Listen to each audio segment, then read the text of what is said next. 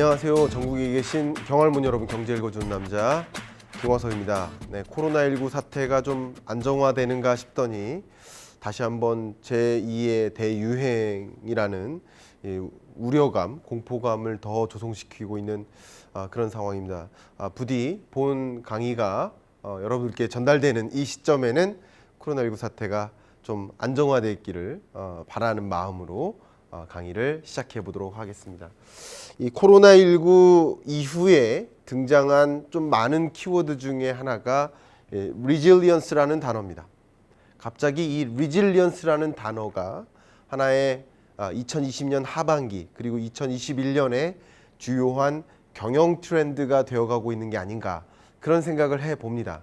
도대체 이 resilience란 무엇인가? 그냥 미리 먼저 말씀드려 보면 코로나19 위기를 오히려 기회로 바꾼 그런 기업들의 액션, 그런 것들을 한마디로 resilience라고 할 수 있는데, 제가 오늘 resilience란 무엇인가 단어를 좀 정리하고, 그리고 이 resilience 사례를 보여준 대표적인 글로벌 기업들의 모습들을 몇 가지만 좀 정리를 해서 보여드리는 방식으로 강의를 준비를 했습니다.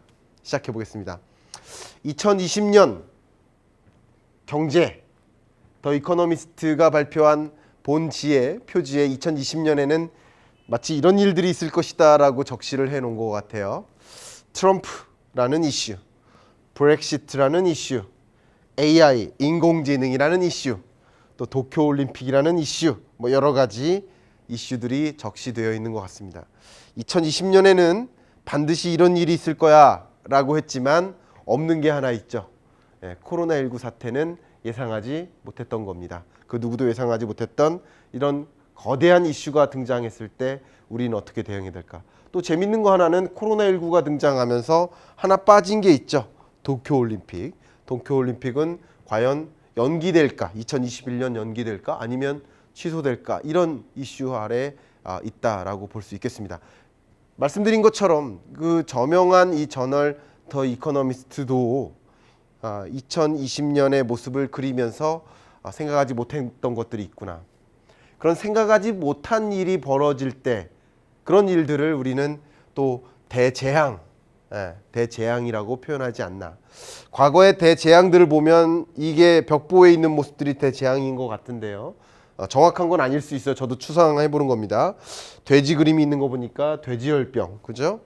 화산 폭발, 그리고 지구 온난화, 이런 대재앙, 어떤 행성과의 부딪힘, 이런 것들이 하나의 대재앙이었다면 이번에 찾아온 대재앙은 이 코로나19. 그러면 이 코로나19 이후에 또 어떤 대재앙이 있을까를 놓고 굉장히 고민되고 있는 그런 상황이지 않나, 그런 모습들을 표현해 준 커버였습니다.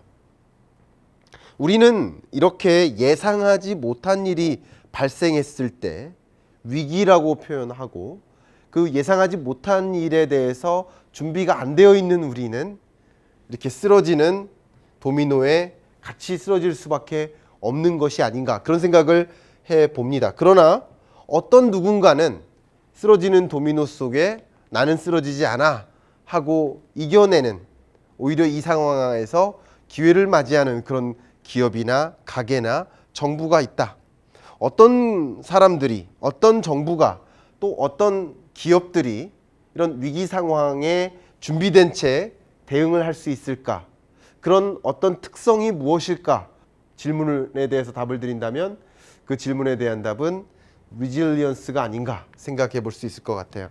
자, resilience라는 단어가 2020년 글로벌 경영 트렌드에 크게 부상했고, 그래서 resilience라는 이 트렌드를 여러분께 전개해 드릴까 합니다. 특히 저는 개인적으로 이게 2017년 1월이네요. 이 resilience라는, 특히 이제 금융산업 관점에서 resilience라는 이런 두드러지는 기업들의 케이스들을 분석하고 resilience로 어떻게 우리는 역량을 갖추고 위기 상황에 대응할 수 있을까? 코로나19 이슈가 아닌 여러 다양한 위기들을 맞이할 텐데 resilience라는 역량을 갖추고 어떻게 대응할 수 있을까라는 것을 이제 논하는 보고서를 썼었는데, 이 보고서를 제 블로그에 본 영상과 함께 같이 첨부 파일로 첨부해 놓도록 하겠습니다. 필요하신 분은 더 깊게 리질리언스에 대해서 이해해 보는 시간을 가져도 좋을 것 같습니다. 자, 그러면 본격적으로 리질리언스 무엇인가 질문에 대한 답을 드려보겠습니다.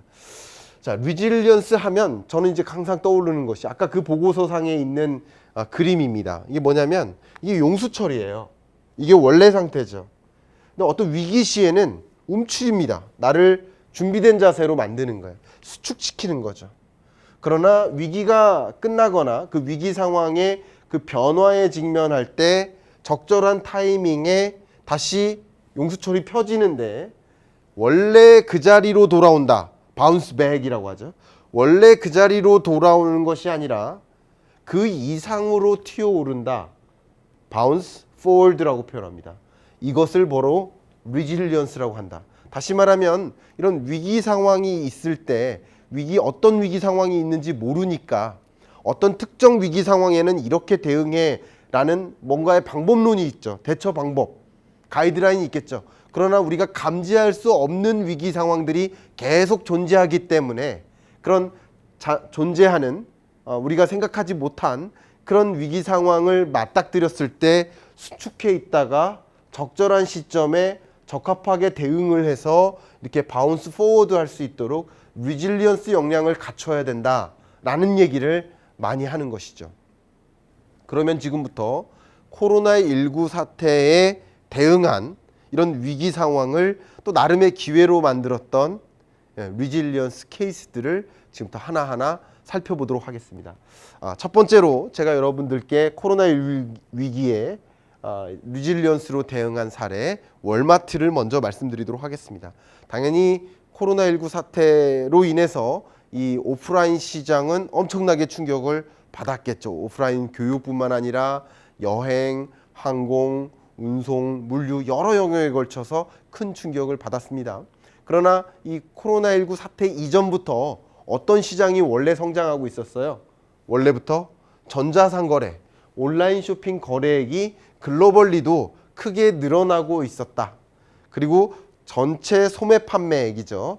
전체 소매 거래액에서 전자상거래의 비중, 전자상거래가 차지하는 비중을 계산해 봐도 지속적으로 늘어나고 있었다. 자, 우리나라 건 제가 제시를 하지 않지만 여러 차례 제가 여러분들께 경익남 등을 통해서 제시해 드렸죠. 온라인 쇼핑에 대한 의존도가 지속적으로 늘어나고 있다.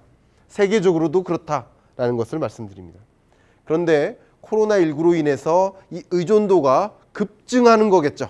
급증할 수밖에 없겠죠. 반강제적으로 오프라인 매장을 이용할 수 없고 온라인 쇼핑을 활용할 수밖에 없는 거죠. 생애에 단 한 번도 온라인 쇼핑을 경험하지 않은 노약자 어르신 여러분들도 처음으로 앱을 깔고 온라인 쇼핑을 시작해 봅니다. 단 한 번도 은행 서비스를 인터넷 뱅킹으로 해본 적이 없는 어르신들조차도 처음으로 은행 어플리케이션을 깔고 이 비대면 온라인 뱅킹을 이용하기 시작합니다. 이런 모습들은 여러 영역에서 걸쳐서 나타나고 있는 것이죠. 그런데 이 코로나19 상황에 월마트는 어떻게 대응했나? 이 커브사이드 픽업이라는 새로운 이 솔루션을 제시합니다. 뭐냐면 이거는 이제 주차장 픽업이라고 볼 수 있을 것 같아요. 이 보시면 주차장 픽업대가 이렇게 나와 있죠. 이게 order online, 온라인을 통해 주문하고 픽업은 어디서 해라? 이 주차장에서 픽업하라 이겁니다. 그러면 주차장에 주차를 하면 마치 우리 맥도날드의 드라이브 스루 방식이 있듯이 비슷한 방식입니다. 일종의 온라인으로 주문을 하고 그게 이 주차장 픽업대에 이 상품이 놓여지면 주차장에서 직접 픽업하는 비대면 오프라인 쇼핑이다. 혹은 온라인과 오프라인을 넘나드는 쇼핑, 오토 서비스라고 볼 수도 있겠죠. 오토 서비스입니다.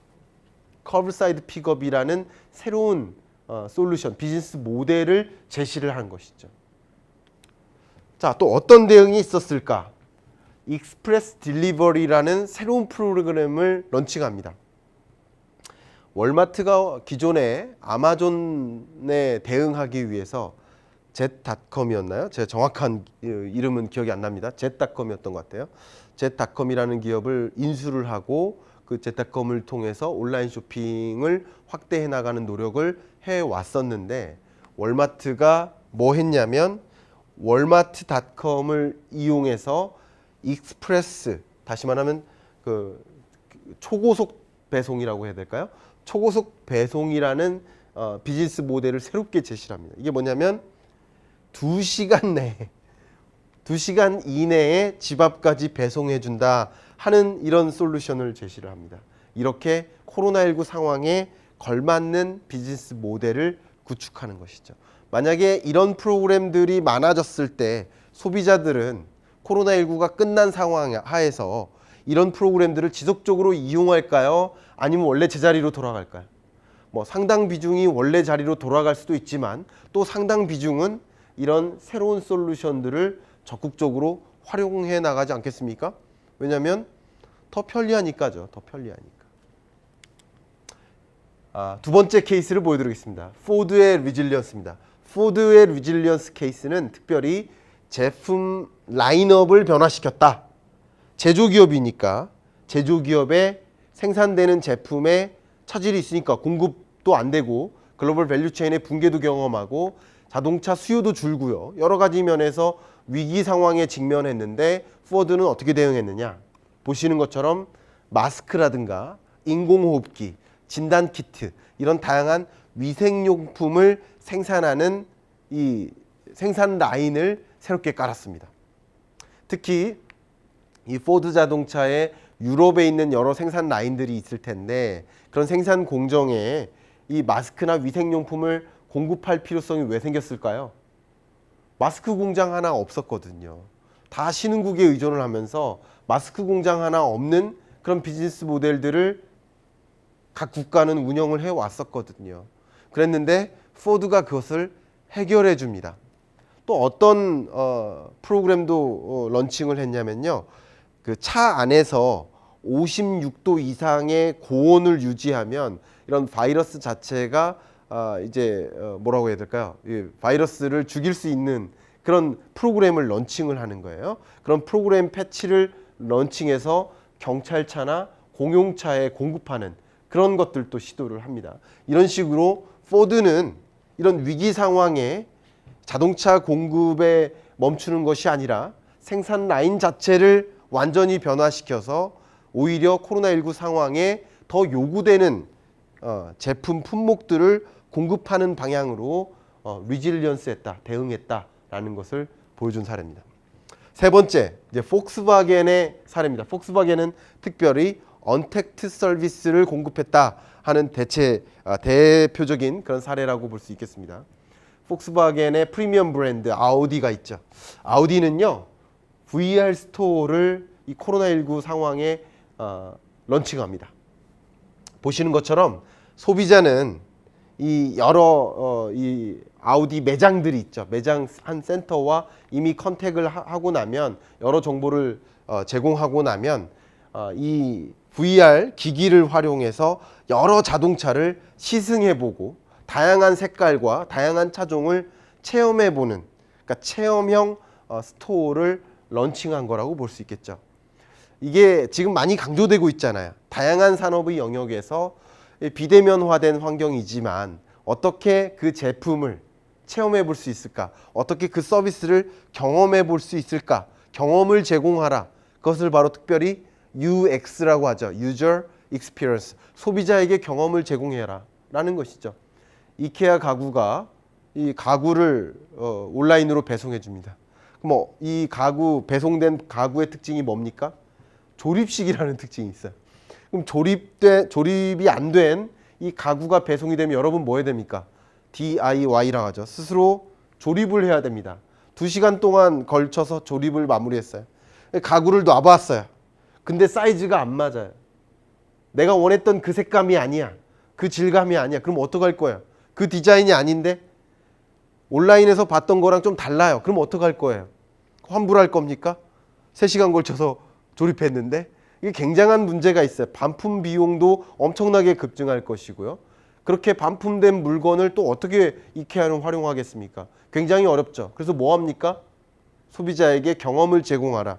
VR 기술을 이용해서 가구를 집에 놔보고 이렇게 하면 이런 모양이네, 이런 사이즈네 라는 것을 경험해보고 구매 여부를 결정할 수 있게 해준다. 경험을 제공하는 거죠. 원래 기본적인 온라인 쇼핑의 비즈니스 모델은 판매 후 경험이에요. 경험 후 판매. 판매 후 경험이죠. 근데 이 VR 기술 등을 이용한 UX로 전환된 비즈니스 모델은 경험 후 판매죠. 경험을 제공하라. 그런 대표적인 케이스. 이런 위기 상황에 걸맞게 대응한 이 폭스바겐의 이 사례, 리질리언스 케이스를 설명드렸습니다. 여러 가지 면에서 이 리질리언스를 발휘한 그런 기업들이 사례들이 있는데요. 이번에는 조직 관리라는 측면, 조직 배치와 조직 관리라는 측면, 조직 문화 관리 등등을 포함해서 이 코로나19 상황에 적절히 대응한 조직 개편을 통한 리질리언스 역량을 보인 사례 소니를 설명드리겠습니다. 소니는 소니 그룹으로 구조를 개편했습니다. 과거에는 소니 그룹에 있는 이 사업 영역들을 중심으로 이렇게 그룹사가 배치되어 있었는데 소니 그룹은 어떻게 조직을 개편했냐면 세 개의 부문으로 개편을 합니다. 하드웨어 부문, 여기 이제 나머지가 소프트웨어일 텐데 금융과 엔터테인먼트 부문으로 구분을 합니다. 이렇게 구분한 이유는 조직이 해당 사업 내에서 많은 시너지를 내고 그리고 다양한 변화에 직면할 때 조직이 위기 상황에 걸맞게 시너지를 내면서 협업하면서 유연하게 대응하라라는 의미에서 조직을 유연하게 개편한 겁니다. 원래 일본의 조직 구조가 굉장히 경직된 모습이지 않습니까? 이런 경직된 조직 구조를 유연한 조직 구조로 개편한 모습입니다. 이런 모습들도 우리 기업들은 어떻게 우리가 위기 상황에 준비하고 대응할까를 고민하는데 참조가 될 만한 사례가 아닌가 생각을 합니다. 지금까지 보신 것처럼 코로나19 상황에도 불구하고 굉장한 위기를 맞았지만 이 위기가 오히려 기회가 된 기업들의 사례, 리질리언스를 발휘한 사례들을 제가 여러분들께 공유해 드렸습니다. 이 리질리언스를 발휘하는 것은 비단 기업의 일만은 아닙니다. 우리 개인의 일이기도 합니다. 그리고 정부의 일이기도 합니다. 적극적으로 위기 상황이 어떻게 전개되고 그 안에서 코로나19 이후에 사회가, 경제가, 경영 환경이 어떻게 변화할지를 적극적으로 모니터링해 나가면서 그 바뀌는 상황에 걸맞게 걸맞는 내가 되어보자 하는 것이 또 리질리언스가 아닌가 생각을 하고 본 영상이 여러분 리질리언스를 이해하고 여러분 개개인에게도 리질리언스 역량을 가질 수 있도록 또 준비된 날을 만들 수 있도록 참조가 되기를 바라는 마음으로 이상 경제 읽어주는 남자 마무리하겠습니다. 감사합니다.